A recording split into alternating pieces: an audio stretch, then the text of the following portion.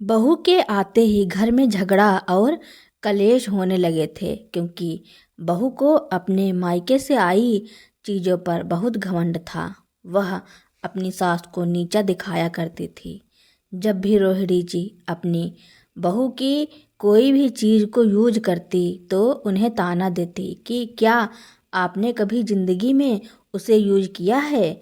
यह बात जब गोविंद जी सुनते हैं तो उन्हें हैरानी होती है कि बहू यह किस प्रकार से बातें कर रही है। इसलिए उन्होंने अपनी बहू को सबक सिखाने के लिए एक प्लान बनाते हैं, जिससे उनकी बहू गौरी के होश ठिकाने आ गए और वह सही रास्ते पर चलने लगी।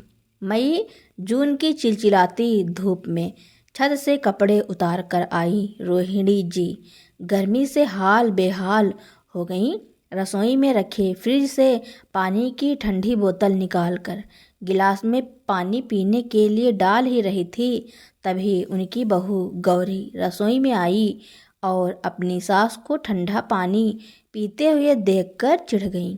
बड़बड़ाते हुए कहने लगीं, अभी अभी मैंने फ्रिज में पानी की बोतल भर कर रखी थी और तुमने खाली कर दी। पूरा दिन पानी की बोतलों को भरते हुए निकलता है। पता नहीं कितना पानी पीने की आदत पड़ी है तुम्हें। जब से मेरी शादी में मेरे मायके से फ्रिज आया है, तब से देख रही हूँ बहुत ठंडा पानी पीने लगी हो। जब घर में फ्रिज नहीं था तो क्या पीती थी बहू? अभी थोड़ी देर पहले ही मैंने फ्रिज की सारी बोतलें भर कर रखी हैं। बस एक बोतल रह गई थी जो कि तुम्हारे कमरे में रखी थी, वही तुमने भर कर रखी होगी। तीनों टाइम मैं ही पानी भर कर रखती हूँ। अगर थोड़ा सा पानी पी भी लेती हूँ तो तुम्हें क्या परेशानी हो जाती है? जब भी फ्रिज से पानी पीती हूँ तुम ज़रूर बड़बड़ाती हो। तुम्हें तो पता है कि मुझे डायबिटीज़ की प्रॉब्लम है। डायबिटीज़ में कितनी गर्मी लगती है, कोई ठंडा खाने का मन करता है, इसलिए ठंडा पानी पी लेती हूँ तो राहत मिलती है। फ्रिज से पानी निकाल कर तो ऐसे पी रही हो जैसे जन्म से फ्रिज का पानी पीती आई हो।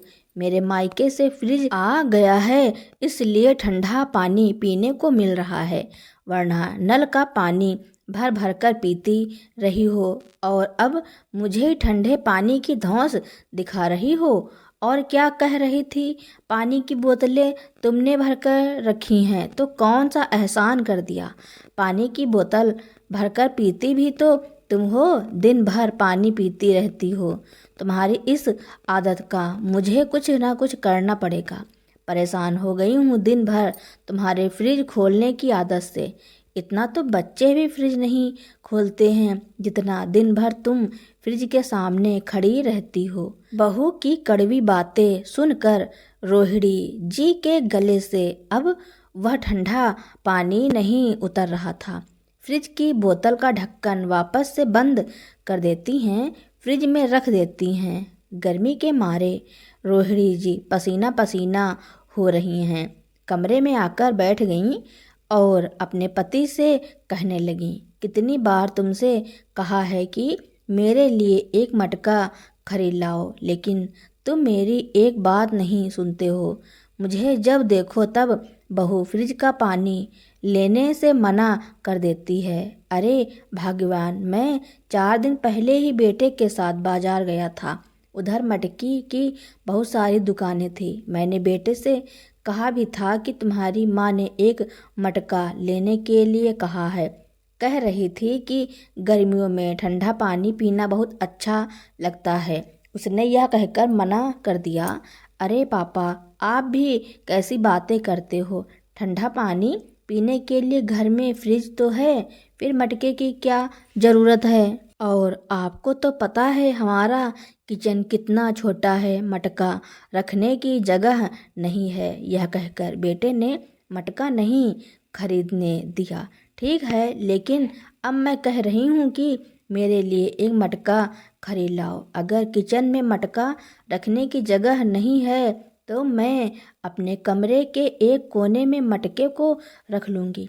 कम से कम पूरे हक के साथ उस मटके से पानी तो पीऊँगी।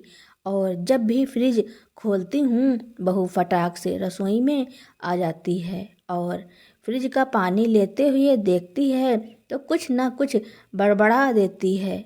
अब मुझसे यह सब नहीं सहा जाता है। आज के बाद अब मैं फ्रिज का पानी कभी नहीं पीऊँगी। रोहिणी जी के पति गोविंद जी को अपनी बहू की बातें थोड़ी अजीब लगती हैं कि घर में अगर एक चीज़ है तो अलग अलग चीज़ खरीदने की क्या ज़रूरत है। मान लिया फ्रिज बहू के मायके से आया है, लेकिन घर में ऐसी बहुत सी चीज़ें हैं जो कि उसकी सास ने खरीदी हैं, लेकिन रोहिणी अपनी बहू को उन चीज़ों का इस्तेमाल करने के लिए कभी नहीं रोकती है, चाहे वह पूरा घर हो, चाहे रसोई हो या फिर कमरे में लगा हुआ एसी। क्योंकि कमरे में एसी भी बहू की शादी से पहले रोहिणी जी के कहने पर ही लगवाया गया था। बहू के कमरे में एसी लगवाने के लिए रोहिणी जी ने मुझसे कितनी जिद की थी कि शहर की पढ़ी लिखी बहू आ रही है, गांव में शहरों की तरह व्यवस्थाएं तो नहीं हो सकती हैं, लेकिन हाँ अब हमारे इधर लाइट अच्छी आने लगी है तो क्यों ना हम बहू बेटे के कमरे में एक एसी लगवा दें और अपने लिए भी एक कूलर खरीद लें। तुमने देखा नहीं पड़ोस के गुप्ता जी के घर में और वर्मा जी के घर में एसी लग गया है, उनके बहू बेटे के कमरे में लगा है। मैं नहीं चाहती कि घर में आकर के बहू को किसी भी तरह की तकलीफ हो। मैं अपनी बहू पर कोई बंधन नहीं लगाऊंगी। अगर उसे कभी मार्केट शॉपिंग के लिए जाना होगा तो आराम से बेटे के साथ चली जाए, मैं उसको कभी मना नहीं करूंगी, क्योंकि जो चीज़ें मैंने सही हैं। मैं तुम्हारे साथ छोटी छोटी ज़रूरत की चीज़ों के लिए बाजार जाने के लिए तरसती रही, लेकिन हमारे बड़े बुजुर्गों ने हमें एक साथ कभी जाने नहीं दिया। अब यह सब नियम मैं अपनी बहू बेटे पर लागू नहीं करूंगी। जब रोहिणी जी ने बहू के कमरे में एसी लगवाने की बात और अपने कमरे में कूलर लगवाने की बात कही थी, तब मैंने कहा था कि जब तुम बेटे के कमरे में एसी लगवा रही हो तो अपने भी कमरे के लिए एक छोटा सा एसी खरीद लो। तो रोहिणी जी ने यह कहकर मना कर दिया था, अरे मुझे एसी की हवा सूट नहीं करती है, मैं तो अपने कूलर में ही सही हूँ। जबकि गोविंद जी बहुत अच्छी तरह से जानते थे कि रोहिणी जी को डायबिटीज़ की प्रॉब्लम है और डायबिटीज़ के मरीज़ को बहुत गर्मी लगती है, और यूपी की मई जून की गर्मी को जिसने सहन कर लिया वह हर मौसम को बर्दाश्त कर सकता है। तभी दरवाजे पर किसी की दस्तक होती है और गोविंद जी अपने ख्यालों से बाहर आए तो देखते हैं दरवाजे पर बहू के मायके से आया हुआ भाई खड़ा है। बड़े ही स्वागत के साथ बहू के भाई को अंदर लेकर आए। अरे बहू गौरी, देखो तुम्हारा भाई आया है, उसके लिए कुछ ठंडा ठंडा शरबत बनाओ, अपने भाई को कुछ अच्छा सा बनाकर खिलाओ, बहुत दिनों बाद आया है। गौरी चहकती हुई आई। अरे भैया आप, अच्छा हुआ आप आ गए। हाँ दीदी, मैं आपसे कहने आया हूँ कि छोटी बहन की शादी तय हो गई है, 2 दिन बाद उसकी शादी है। आपको लेने के लिए आया हूँ, हफ्ते भर के लिए आपको घर चलना है। मम्मी ने कहा है कि इस बार आपको पूरे हफ्ते के लिए घर लेकर आएं, क्योंकि घर के बाजार के बहुत से काम आपको ही करने हैं। बहू के भाई की बात सुनकर रोहिणी जी हॉल में आकर कुर्सी पर बैठ गईं। चहकती हुई गौरी कहती है, हाँ हाँ भैया, यह तो बड़ी खुशी की बात है। मैं अभी अपना सामान पैक कर लेती हूँ, बस धीरज को आ जाने दो, तब तक आप बैठो, मैं आपके लिए शरबत बनाकर लाती हूँ। गौरी रसोई में गई और ठंडा ठंडा 3 गिलास शरबत बनाकर ले आई। लेकिन 3 गिलास शरबत देखकर गोविंद जी सोचने लगे कि हॉल में 4 लोग बैठे हैं, फिर बहू ने 3 गिलास ही शरबत क्यों बनाया है।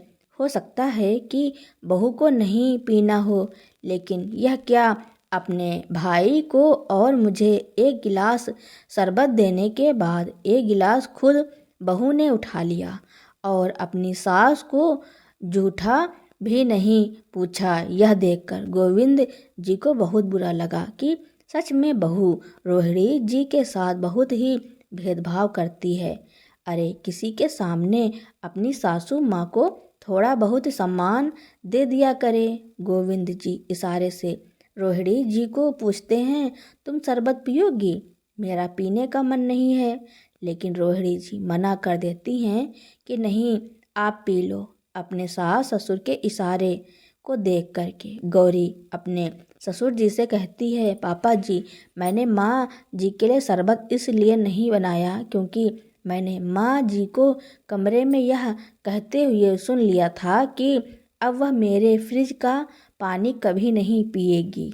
अब मैंने फ्रिज के ठंडे पानी से शरबत बनाया है तो वह कैसे पी सकती है। गोविंद जी और रोहिणी जी को अपनी बहू की यह बात अच्छी नहीं लगी कि उसने अपने भाई के सामने ही अपने घर की बातें कर दी। अरे जो बात हुई थी हम बाद में कर लेते, लेकिन भाई के सामने अपने ससुराल वालों की बुराई करना क्या उचित है। और रोहिणी जी ने बहू से कुछ नहीं कहा था, कमरे में अपने पति से कहा था। इतना सब होने के बाद भी रोहिणी जी अपमान का घूंट पीकर से कहती हैं, जाओ बहू, तुम जाने की तैयारी करो, मैं रसोई में तुम सबके लिए खाना बनाती हूँ। अगर तुम रसोई में खाना बनाने में लग जाओगी तो जाने में देरी हो जाएगी। गौरी फटाक से उठी और अपने कमरे में चली गई। रोहिणी जी हॉल में रखे हुए कांच के सारे बर्तनों को, गिलास को समेट कर सिंक में रखे हुए सारे बर्तनों को धुल लेती हैं। उसके बाद खाने की तैयारी करने लगी। 2 घंटे बाद रोहिणी जी का बेटा धीरज भी ऑफिस से आ गया। सभी लोगों का खाना पीना होने के बाद गौरी अपने मायके चली गई।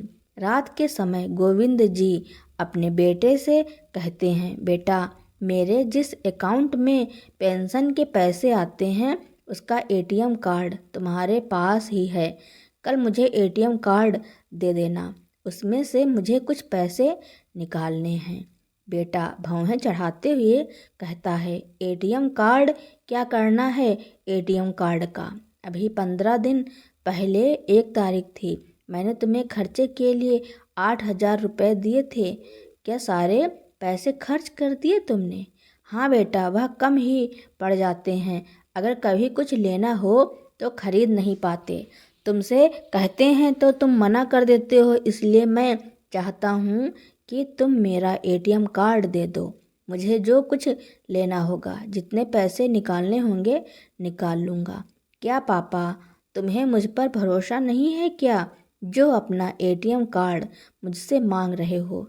यह लो, तुम्हें 1,000 रुपये और देता हूँ। अपनी जेब से 1,000 रुपये निकालते हुए धीरज गोविंद जी के आगे बढ़ाता है और कहता है, अब इन पैसों को सोच समझकर खर्च करना। तुम्हारे खर्चे ही क्या हैं जो तुम 8,000 रुपये महीने में खर्च कर लेते हो। अपने बेटे की बात सुन करके गोविंद जी को गुस्सा आ जाता है। मेरे ही पैसे मुझे ही देने से मना कर रहा है, अगर देता भी है तो एहसान दिखा रहा है और मुझसे मेरे ही पैसों का हिसाब मांग रहा है। आज गोविंद जी अपने गुस्से पर कंट्रोल ना करते हुए अपने बेटे पर चिल्लाते हुए कहते हैं, चुपचाप से मेरा एटीएम कार्ड निकाल कर दे दो, नहीं तो कल मैं खुद ही बैंक जाकर खाते से पैसे निकाल लूँगा। मुझे जो ज़रूरत होगी, जितनी ज़रूरत होगी निकाल लूँगा। वह तुम्हारे पैसे नहीं हैं, मेरे पेंशन के पैसे हैं। पूरे 30,000 आते हैं, जिसमें से तुम मुझे 8,000 भी गिन कर देते हो। मेरे ही पैसों के लिए मुझे तरसाते हो। छोटी छोटी ज़रूरतों के लिए भी तुम्हारे आगे हाथ फैलाने पड़ते हैं। इतना कहकर गोविंद जी अपने कमरे में आकर सो गए। सुबह रोहिणी जी रसोई में खाना बनाने के लिए गईं तो दूध के लिए फ्रिज खोला, लेकिन फ्रिज खुला ही नहीं। अपने बेटे को आवाज़ देती हुई कहती हैं, अरे धीरज बेटा, ज़रा रसोई में तो आना, देखना यह फ्रिज मुझसे खुल ही नहीं रहा। बेटा नहाने के बाद ऑफिस जाने के लिए तैयार हो रहा था। बड़बड़ाते हुए रसोई में आता है और कहता है, माँ तुमसे कोई भी काम ठीक से नहीं होता है, एक छोटा सा फ्रिज भी नहीं खोला जाता। झटके से फ्रिज को खोलने की कोशिश करता है, लेकिन यह क्या, धीरज से भी फ्रिज नहीं खुलता है। वह चारों तरफ से फ्रिज को चेक करता है और कहता है, माँ यह फ्रिज तो लॉक है। क्या बेटा, फ्रिज भी लॉक होता है क्या? इसमें भी ताला लगता है? मुझे नहीं पता था। इसका ताला तो मुझे दिखाई ही नहीं दे रहा। कहाँ पर लगता है? गौरी फ्रिज में लॉक लगाकर गई है, चाबी भी इधर ही कहीं रख गई होगी। अभी पूछता हूँ। क्या बहू फ्रिज में ताला लगा कर गई है? अपने बेटे की बात गोविंद जी सुन लेते हैं और कहते हैं, वाह बेटा, देख रहे हो तुम्हारी माँ ने आज तक किसी कमरे में या घर के बक्से तक में ताला नहीं लगाया, लेकिन तुम्हारी पत्नी फ्रिज में ताला लगा कर गई है। हाँ तो इसमें कौन सी बड़ी बात है? पापा, माँ बार बार फ्रिज खोलती है, कहीं उसने खराब कर दिया तो कौन ठीक कराएगा? कितने पैसे खर्च होते हैं ठीक कराने में। अपने बेटे की बात सुनकर गोविंद जी और रोहिणी जी कुछ नहीं कहते, क्योंकि उन्हें समझ में आ गया था कि बेटा भी बहू के हिसाब से ही चलता है। उसे बहू में कोई खोट नज़र नहीं आती। घर में फ्रिज में ताला लगाकर गई है, लेकिन फिर भी बहू का ही साथ दे रहा है। रोहिणी जी की आंखों में अपने बेटे की बात सुनकर के आंसू आ गए। अपने पति से कहती हैं, क्या मैं कोई छोटी बच्ची हूँ जो बहू के फ्रिज को खराब कर दूंगी? क्या मुझे फ्रिज खोलना नहीं आता?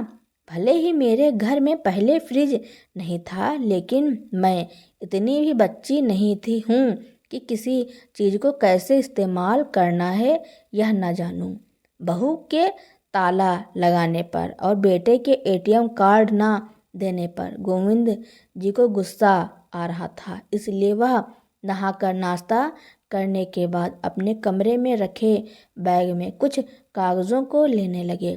रोहिणी जी पूछती हैं, जब से आपका रिटायरमेंट हुआ है पिछले 2 साल से आपने इस बैग को हाथ नहीं लगाया, लेकिन आज ऐसी क्या पड़ गई जो आप इस बैग को खोलकर देख रहे हैं? ऐसा लग रहा है कुछ ज़रूरी चीज़ ढूंढ रहे हैं। हाँ रोहिणी, कुछ ज़रूरी काम है।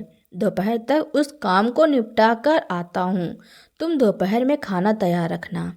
आप अगर बाजार जाओ तो मेरे लिए मटका ज़रूर ले आना। ठीक है रोहिणी, बिल्कुल ध्यान से ले आऊँगा, तुम चिंता मत करो। गोविंद जी कागज़ ले करके सीधा बैंक पहुँचते हैं और अपने बैंक के खाते में जितने भी पैसे थे निकाल लेते हैं। एक नया अकाउंट खुलवाते हैं और उस नए अकाउंट में अपने सारे पैसे जमा करा दिए। इन 2 सालों में गोविंद जी के अकाउंट में बहुत सारे पैसे इकट्ठे हो गए थे। हालांकि बीच बीच में बेटा अपने ज़रूरत के हिसाब से पैसे निकालता रहता था, क्योंकि एटीएम कार्ड तो उसी के पास रहता है, लेकिन फिर भी इतने पैसे थे कि वह अपनी ज़रूरत का सामान और अपने खर्चे बहुत समय तक उन पैसों से चला सकते थे। एटीएम कार्ड को बंद करवा दिया। दोपहर तक गोविंद जी एक बड़ी सी गाड़ी लेकर घर के दरवाजे के बाहर आकर रुक गई। बड़ी सी गाड़ी की आवाज़ सुनकर रोहिणी जी घर के बाहर आईं तो अपने पति से पूछती हैं, इसमें क्या लेकर के आए हो? अरे भाग्यवान, इसमें तुम्हारा मटका है। इतना बड़ा मटका? यह मटका नहीं, कुछ और है। हाँ भाग्यवान, यह मटका नहीं है, यह फ्रिज है। मैं तुम्हारे लिए एक नया फ्रिज लेकर के आया हूँ। आप नया फ्रिज खरीद लाएं? इतने सारे पैसे कहाँ से आए? अगर बेटे को पता चलेगा आपने फ्रिज खरीद लिया है, इतने सारे पैसे खर्च कर दिए हैं, तो आप पर गुस्सा करेगा। आज गोविंद जी ने कहा कि बेटा जो कहेगा उसको मैं देख लूँगा। मेरे ही घर में रह रहा है, मेरे ही पेंशन के पैसे ले रहा है और मुझे ही अकड़ दिखा रहा है। अब मैं यह सब नहीं सहूँगा। गोविंद जी तो बेटे के कुछ कहने का इंतजार ही कर रहे थे। बेटा कुछ कहे, फिर उसको सही रास्ता दिखाया जाए, क्योंकि उसकी आंखों पर तो पत्नी के नाम की पट्टी बंधी हुई है। ना तो उसे कुछ दिखाई देता है और ना ही कुछ समझ आता है। फ्रिज को अच्छी तरह से रोहिणी जी के कमरे में फिट कर दिया जाता है। वह लड़का जो फ्रिज फिट करने आया था, वह कहता है, माँ जी, ऊपर बर्फ जम जाती है, नीचे खाने पीने का कुछ भी सामान आप रख सकती हैं। फ्रिज को देखकर रोहिणी जी खुश तो हो जाती हैं कि चले, उनके लिए फ्रिज आ गया है। अब बहू के फ्रिज से उन्हें पानी नहीं पीना पड़ेगा और बहू की चार सुननी भी नहीं पड़ेंगी। लेकिन कहीं ना कहीं उनके मन में घबराहट हो रही है कि जब बहू बेटे को पता चलेगा तो वह क्या कहेंगे। लेकिन शाम को बेटे का फ़ोन आता है कि वह अपने ससुराल जा रहा है, कल शादी है, उसे आज ही जाना पड़ेगा। 2 दिन बाद गौरी को लेकर ही वापस आएगा। शादी का सारा प्रोग्राम हो जाने के बाद धीरज और गौरी जब अपने घर वापस आए और उन दोनों ने अपनी माँ के कमरे में डबल डोर का फ्रिज देखा तो दंग रह गए। और धीरज चिल्लाते हुए बोला, यह फ्रिज किसने खरीदा? इसको खरीदने की क्या ज़रूरत थी? कहाँ से आए इतने सारे पैसे? गोविंद जी धीरज से कहते हैं, पहले तो तुम अपनी आवाज़ को नीचे करो, और रही बात पैसे की, तो पैसे मेरे पेंशन के आते हैं, तुमसे नहीं मांगे थे। मैंने अपनी पेंशन के पैसे से इस फ्रिज को खरीद कर लाया हूँ। अपने पिता से ऐसा जवाब पाने के बाद धीरज के लहजे में थोड़ी सी नरमी तो आई, तो वह कहता है, लेकिन तुम्हारा एटीएम कार्ड मेरे पास था, फिर तुमने पैसे कैसे निकाले? बेटा, अगर तुम मेरे बेटे हो तो मैं भी तुम्हारा बाप ही हूँ। भले ही एटीएम कार्ड तुम्हारे पास हो, लेकिन बैंक के सारे कागजात मेरे ही पास हैं। मैंने अपने उस खाते को बंद करवा दिया है, दूसरा खुलवा दिया, और एटीएम कार्ड भी मैं दूसरा बनवा रहा हूँ, जिसको मैं अपने पास रखूँगा। अपने पिता के इस निर्णय को सुनकर धीरज और गौरी भड़क जाते हैं। गौरी चिल्लाती हुई कहती है, बहुत ज़्यादा पैसों की अकड़ दिखाते हो, लेकिन इतने सारे पैसे खर्च करने की ज़रूरत क्या थी? घर में छोटे छोटे पोती पोते स्कूल में जाने लायक हो रहे हैं, उनके स्कूल की फीस भरनी है, इतने सारे खर्चे शुरू होने वाले हैं, लेकिन तुम्हें फ्रिज खरीदने की पड़ी है? क्या ज़रूरत थी फ्रिज खरीदने की, फालतू के पैसे खर्च करने की? गोविंद जी कहते हैं, बहू ज़रूरत तो तुमने ही दी है। अगर तुम अपने फ्रिज में ताला लगाकर नहीं जाती तो आज हमें एक नया फ्रिज खरीदने की ज़रूरत ही नहीं पड़ती।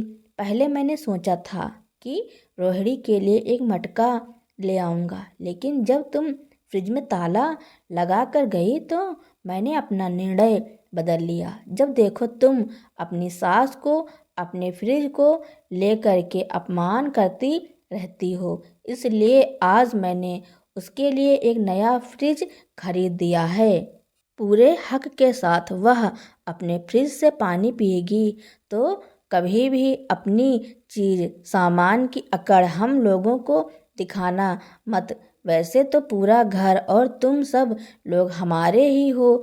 धीरज मेरा इकलौता बेटा है, मेरा सब कुछ मेरे बेटे बहू का ही है, लेकिन मुझे नाराज़गी इस बात से है कि तुमने फ्रिज में ताला क्यों लगाया। अब आइंदा से ध्यान रखना, अगर तुमने किसी भी चीज़ पर रोहिणी जी को सुनाने की कोशिश की तो मैं भी पैसे पाता हूँ, इस बात को ध्यान रखना। बहुत ज़्यादा पैसों का घमंड है ना तुम्हें? इतना ही पैसों का घमंड है तो जाओ, जा कर के कहीं और रहने लगो और चलाओ अपने खर्चे। क्या कह रहे हो बेटा? जा कर के कहीं और क्यों रहूं? अपना घर छोड़कर बाहर क्यों रहूं? यह मेरा घर है, मैंने बनवाया है। अगर तुम्हें इस घर में समस्या है तो तुम लोग जा सकते हो नया घर लेकर रहने के लिए। हम लोग इस घर को छोड़कर कहीं नहीं जाएंगे। इतना कहने के बाद गोविंद जी रोहिणी जी से कहते हैं, अरे रोहिणी, जरा फ्रिज से ठंडा पानी निकाल कर ठंडा ठंडा शरबत तो बनाओ। अपने ससुर जी की बात सुनकर गौरी के पैरों तले जमीन ही खिसक गई। उसने तो कभी उम्मीद भी नहीं करी थी कि उसके ससुर जी कभी उसे इस तरह से जवाब भी दे सकते हैं। उसको लग रहा था कि वह सासू माँ के साथ कुछ भी कहती रहेगी, लेकिन घर में कोई कुछ कहने वाला नहीं है। पति भी उसकी मुट्ठी में है, जब चाहे अपने पति से अपनी सासू माँ का अपमान करा देती है। लेकिन आज जब ससुर जी ने सासू माँ का साथ दिया, अब गौरी अपने ससुर जी के इस व्यवहार को देखकर हैरान रह गई और इसके आगे वह कुछ नहीं बोली। अब धीरे धीरे गौरी के व्यवहार में बदलाव हो रहा था, क्योंकि वह समझ गई थी कि अगर वह अब ज़्यादा कुछ कहेगी तो उसके ससुर जी उसे घर से बाहर ही निकाल देंगे, जिससे अब बेटा और बहू दोनों ही चुप रहा करते थे। अब घर का माहौल पूरी तरह से बदल रहा था। बहू अपनी सास को कुछ भी नहीं कहती थी, बल्कि वह तो रोहिणी जी के बहुत सारे काम कर दिया करती थी। यह सब देखकर रोहिणी मन ही मन खुश होती थी। वह सोचती थी कि अगर पति साथ है तो कोई भी कुछ भी सुना नहीं सकता और ना ही अपमान कर सकता है। तो दोस्तों, गोविंद जी ने अपनी पत्नी का आत्मसम्मान बचाने के लिए जो किया उसके बारे में आपका क्या कहना है, और यह कहानी आपको कैसी लगी कमेंट में ज़रूर लिखना। मेरी कहानी सुनने के लिए आपका बहुत बहुत धन्यवाद।